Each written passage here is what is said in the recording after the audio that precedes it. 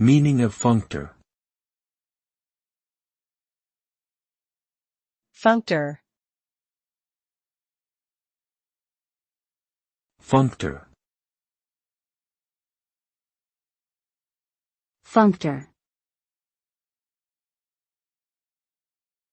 Functor.